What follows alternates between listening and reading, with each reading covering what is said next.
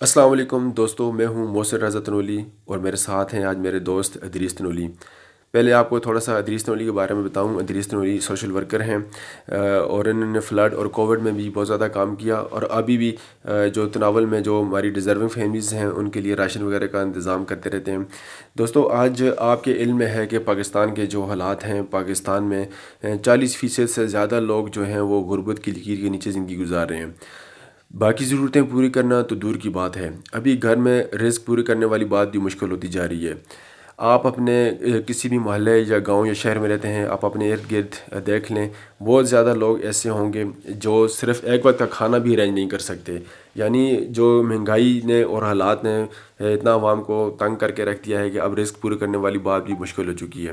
اسی طرح ادریس بھائی کی کل ملاقات ایک ایسے بچے سے ہوئی جس کے گھر 3 دن سے کچھ کھانا پکانا نہیں پکا تھا۔ تو ادریس بھائی کو اس بچے نے بتایا کہ اس کے والد صاحب دہاڑی دار مزدور تھے اور بیماری کے باعث ان کا آپریشن ہوا تھا، اس لیے اب ان کے گھر میں 3 دن سے کچھ نہیں پکا۔ تو ہم نے یہ فیصلہ کیا کہ ہم یہ سامان لے کر جائیں گے اس بچے کے گھر جو ہم سے ہو سکا۔ تو اگر آپ کے علم میں بھی کوئی ایسی فیملی ہے جو ڈیزرو کرتی ہے، جس کے گھر میں کھانے پینے کا سامان نہیں ہے یا انہیں اس طرح راشن وغیرہ کی ضرورت ہے، تو آپ ادریس بھائی کو ضرور انفارم کیجئے تاکہ ان کی کچھ مدد ہو سکے۔ تو دوستو، ہم یہ سامان لے کر یہاں سے نکل گئے۔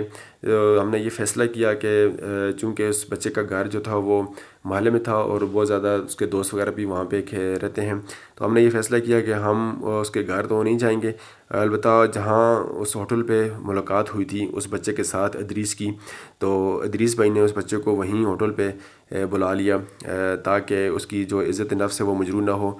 تو ہم نے اس بچے کو اسی ہوٹل پہ بلا لیا جہاں پہ اس کی ادریس بھائی کی ملاقات ہوئی تھی، تو یہ سامان اس کو وہاں پہ پہنچا دیا۔ دوستو، یہ تھی آج کی ہماری ویڈیو۔